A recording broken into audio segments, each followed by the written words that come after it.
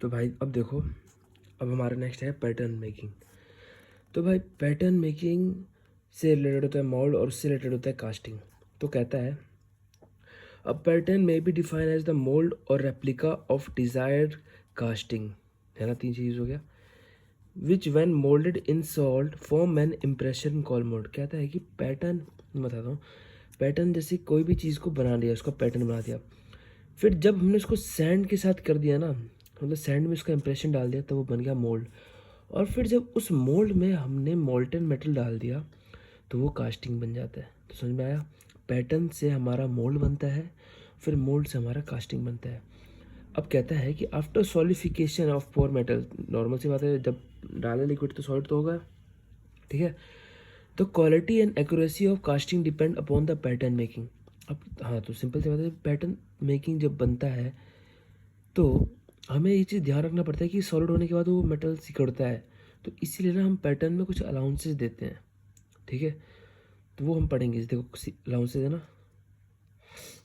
ठीक है। तो पैटर्न किस किस का बना होता है, वुड का बना होता है, मेटल का बना होता है, कास्ट, आयरन, ब्रास, एल्युमिनियम और स्लॉय, वाइट मेटल, प्लास्टिक, वैक्स, ठीक है। A pattern is always made larger than the required size of casting, मैंने अभी बताया क्यों, क्योंकि भाई इसमें अलाउंसेस देने पड़ते हैं। क्योंकि अगर मान लो हमारे को इतना बड़ा चाहिए, अगर सिर्फ हमने एग्जैक्टली इतना बड़ा बनाया तो क्या है, वो थोड़ा सा छोटा हो जाएगा, श्रिंकेज अलाउंस हो जाएगा, ठीक है। तो इसलिए थोड़ा सा बड़ा बनाते हैं ताकि अपने रियल तक साइज तक आ सके। The following allowances are use in pattern. तो सबसे पहला है श्रिंकेज एंड कॉन्ट्रैक्शन अलाउंस, ये सब भी हम पढ़ते हैं, पहले इसका देखते हैं। रहे होते हैं तो जो हमारा ओरिजिनल पीस है उसके डायमेंशन से पैटर्न का डायमेंशन अधिक देते हैं। यही जो कॉस्टिंग प्रोडक्ट और पैटर्न में चेंज आता है इसी को अलाउंसेस बोलते हैं। ये चेंज किसके कारण आता है? डिफरेंट अलाउंस के कारण। ऐसा हम क्यों करते हैं? तो जो हमारा मेटल है जब उसको हम मेल्ट करने के बाद सॉलिडिफाई करते हैं यानी ठंडा करते हैं तो वो श्रिंक होता है, सिकुड़ता है। ये मैक्सिमम मेटल की प्रॉपर्टी होती है कि उसको जब हम मेल्ट करने के बाद ठंडा करेंगे तो वो कुछ सिकुड़ता है, श्रिंक होता है। इसके बाद भी हमें कास्टिंग से प्रोडक्ट रफ मिलता है तो इसके फिनिशिंग की जरूरत पड़ती है। देखो बता रहे फिनिशिंग भी करना पड़ता है, तो इसलिए अलाउंसेस दिए जाते हैं। चलो अब तो देखते उसमें हैं। भी कुछ ये जो कमी है इसकी पूर्ति के लिए पैटर्न अलाउंस और डिफरेंट टाइप्स के होता है। कौन कौन से हैं? फर्स्ट श्रिंकेज और कॉन्ट्रैक्शन अलाउंस। अलाउंस क्या होता है? जब कास्टिंग के बाद मटेरियल या मेटल को सॉलिडिफाई होता है या उसको ठंडा करते हैं तो उसकी डायमेंशन कुछ रिड्यूस होती है, इसको हम श्रिंकेज बोलते हैं। ये जनरली सभी मटेरियल की एक जनरल प्रॉपर्टी है। कुछ मटेरियल कम श्रिंक होते हैं तो कुछ ज्यादा श्रिंक होते हैं, कुछ बहुत ही कम होते हैं। तो अलग अलग मटेरियल की अपनी अलग प्रॉपर्टी है। देखो क्या लिखा है, श्रिंकेज और contraction allowance, the various metal used for casting contract after solidification in the mold. Since the contraction is different for different metal, therefore the corresponding allowances are also different. देखो ये बता रखा है, ग्रे कास्ट आयरन का contraction कितना होता है 7 to 10.5 mm या मीटर में, ठीक है। वाइट कास्ट आयरन का 21, मैलेबल आयरन ये सब दे रखा है, स्टील का 20, ये सब। अब नोट कहते हैं if pattern is made up of wood and then form some other metal, ये पॉइंट याद रखना, अगर कोई पैटर्न मेड वुड का बना है and then from some other metal the double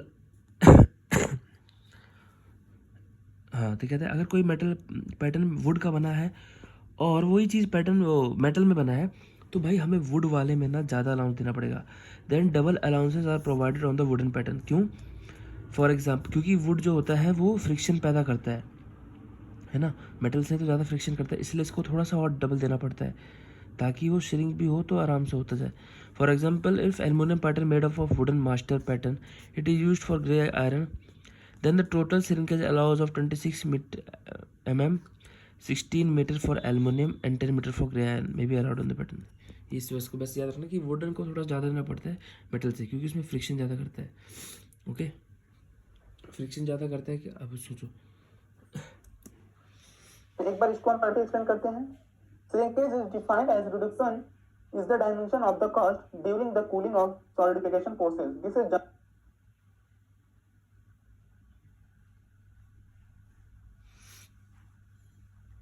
general property of all material. तो जब कोई मटेरियल को हम ठंडा करते हैं, सॉलिडिफाई होता है आफ्टर मेल्ट, मतलब मेल्ट के बाद हम उसको जब ठंडा करते हैं, सॉलिडिफाई करते हैं तो कुछ श्रिंक होता है। तो इस प्रोसेस को हम श्रिंकेज बोलते हैं। ये एक जनरल प्रॉपर्टी है सभी मटेरियल की। The magnitude of shrinkage varies from material to material but every material shrink. तो जो श्रिंकेज का मैग्नीट्यूड है ये सभी मटेरियल में श्रिंकेज तो हमारे अगर आप देखेंगे तो कुछ बुक्स में आपको मिलेंगे ये 2 टाइप्स के, तो कुछ में मिलेंगे 3 टाइप्स के।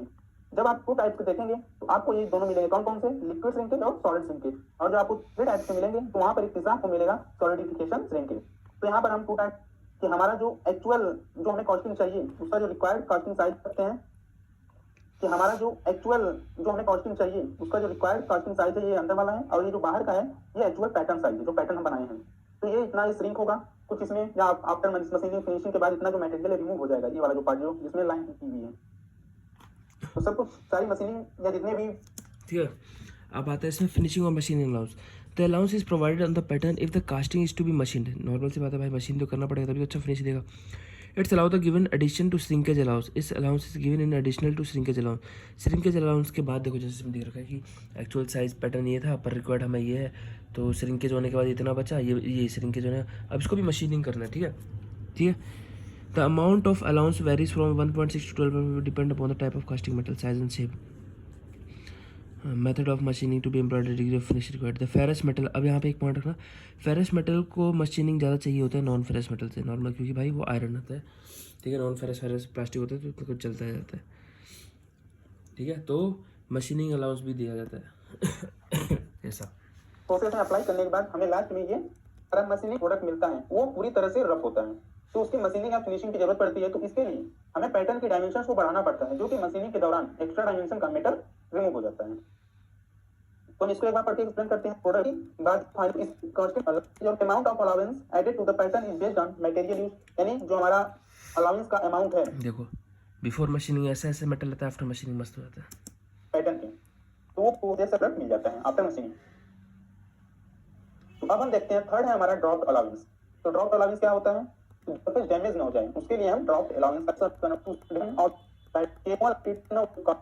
The magnitude. ड्राफ्ट अलाउंस में दिखाता हूँ डायरेक्ट क्या होता है। ड्राफ्ट अलाउंस होता है, it is a taper which is given to the vertical wall. ठीक है, vertical wall for easy and cleaning withdrawal of pattern from the sand without damaging the mold cavity. It may be expressed in mm per meter or side or in degree. The amount of tapper varies with the type of pattern. The wooden required more tapper than metal pattern because of greater frictional resistance of wooden surface. ठीक है, उसमें ज़्यादा चाहिए होता है क्योंकि wooden ना surface वो करता है, क्या कहते हैं इसको, वो फ्रिक्शन होता है, तो इसलिए इसको निकालना में थोड़ा दिक्कत लगता है। तो ड्राफ्ट अलाउंस वुडन वाले में ज़्यादा देना पड़ता है, बाकी मेटल से आप देखो ये होता है। देखो विदाउट ड्राफ्ट क्या है, ये है without. of taper depends upon molding method, mold materials, shape and size of pattern, depth, direction in contact with the mold cavity. तो यहाँ पर आप देख सकते हैं विदाउट ड्राफ्ट, अगर हम कास्टिंग इस तरह से अगर इसको हम रिमूव करेंगे तो ये कुछ ना कुछ डैमेज हो जाएगा। अगर ऐसा है हमारा, अगर टेपर्ड थोड़ा है तो इसको हम रिमूव करेंगे तो इजीली रिमूव हो जाएगा और कहीं पर ये डैमेज नहीं होगा। मोल्ड डैमेज ना हो जाए इसके चक्कर में हम लोग ड्राफ्ट अलाउंस डालते हैं। ठीक है, देख सकते हो। अब आता है हमारा चैम्फर अलाउंस। चैम्फर अलाउंस हमें पता ही है, थोड़ा सा डिस्टॉर्टेड चैम्फर अलाउंस काटने में देता है, इरेगुलर शेप होता है तो उसको ड्राव करके चैम्फर करके MSS इंडिया में किया था। ठीक है, this allowance is provided and the pattern use for casting of such design in which contraction is non uniform through out. देखो फोर्थ है हमारा डिस्टोर्शन और चैम्बर अलाउंस। तो डिस्टोर्शन या चैम्बर अलाउंस क्या होता है, तो डिस्टोर्शन अलाउंस उन प्रोडक्ट की कास्टिंग के लिए करते हैं जो कि लार्ज होते हैं और उसकी आकृति इरेगुलर होती है, यानी एक समान नहीं होती है, तो उसके लिए डिस्टोर्शन अलाउंस यूज किया जाता है। जैसे जो हमारी फ्लैट प्लेट्स हैं या यू शेप या वी शेप की आकृति होती हैं उनके लिए तो यहाँ पर आप देख सकते प्रोडक्ट की कास्टिंग के लिए करते हैं जो कि लार्ज होते हैं और उसकी आकृति इरेगुलर होती है, यानी एक समान नहीं होती है, तो उसके लिए डिस्टोर्शन अलाउंस यूज किया जाता है। जैसे जो हमारी फ्लैट प्लेट्स हैं या यू शेप या वी शेप की आकृति होती हैं उनके लिए डिस्टोर्शन अलाउंस यूज करते हैं। यू शेप वी शेप के लिए देखो ऐसे काटेंगे चैम्फर। ठीक है, it is of irregular shape, यानी ये इरेगुलर शेप की एक समान शेप की नहीं होती हैं। All parts do not shrink uniformly, that is some parts shrinks while others are restricted from during so. तो जो हमारा प्रोडक्ट होता है ऐसा, उसमें क्या होता है, उसके सभी जो पार्ट्स हैं वो श्रिंक नहीं होते, कुछ होते हैं तो कुछ नहीं होते हैं। और लास्ट है हमारा thing cools at a faster rate as compare to the other. और लास्ट है हमारा शेक अलाउंस, जिसको हम रैपिंग अलाउंस भी बोलते हैं। तो जब हम पैटर्न को बाहर निकालते हैं मोल्ड से, तो उससे उसको क्या करते हैं, थोड़ा सा साइड से किसी लकड़ी से या किसी और चीज से हम उसको ठोक देते हैं या हिला डुला कर तब निकालते हैं, तो उससे भी डायमेंशन में चेंज आता है, तो उसकी पूर्ति के लिए रैपिंग अलाउंस यूज करते हैं, यानी शेक अलाउंस। तो अ पैटर्न इज सेकंड और red by striking the same with a wooden piece from side to side. This is done so that the pattern a little is loosened in the mold cavity and can be easily removed. तो जो हमारा pattern है उसको हम side से थोड़ा किसी लकड़ी के गुटके से या किसी भी चीज़ से हम उसको ठोक देते हैं या निकालने से पहले तो उसको थोड़ा हिला डुला देते हैं जिससे कि जो हमारा प्रोडक्ट है थोड़ा लूज हो जाता है और हमारा पैटर्न इजिली रिमूव हो जाता है। In turn therefore wrapping charges the mold cavity which results in a bigger size casting. The magnitude of shake allowance can be reduced by increasing the taper. तो जो हमारा शेक अलाउंस का magnitude है उसको हम रिड्यूस कर सकते हैं। कैसे? जो टैपर है उसको इंक्रीज करके यानी शेकिंग को इंक्रीज करके उसको अच्छे से हिला डुला निकाले तो हमारा जो पैटर्न है वो इजीली रिमूव हो जाता है। तो इस वीडियो में हमने देखा कि पैटर्न ठीक है भाई। तो रैपिंग और शेकिंग अलाउंस कहते हैं allowance is provided in the pattern to compensate for rapping of mould because pattern is to be rap before removing the mould. भाई अब देखो कोई बड़ा चीज़ बनाना है तो बार बार थोड़ा ना पैटर्न बनाएंगे है ना, या फिर बार बार थोड़ा उसको मोल्ड बनाएंगे। एक बार मोल्ड बना देंगे उसके बाद उसको मतलब बहुत ध्यान से निकालेंगे तो इजीली काम हो जाएगा। तो इसके जगह शेकिंग अलाउंस की जगह हम क्या उसका टैपर वो बढ़ा दे, ड्राफ्ट अलाउंस उसका बढ़ा दे, ठीक है ना। इंक्रीजिंग द टैपर, वही है ना taper, it is a taper which is given to all vertical wall. तो ये था हमारा पैटर्न के ऊपर, दैट्स ऑल।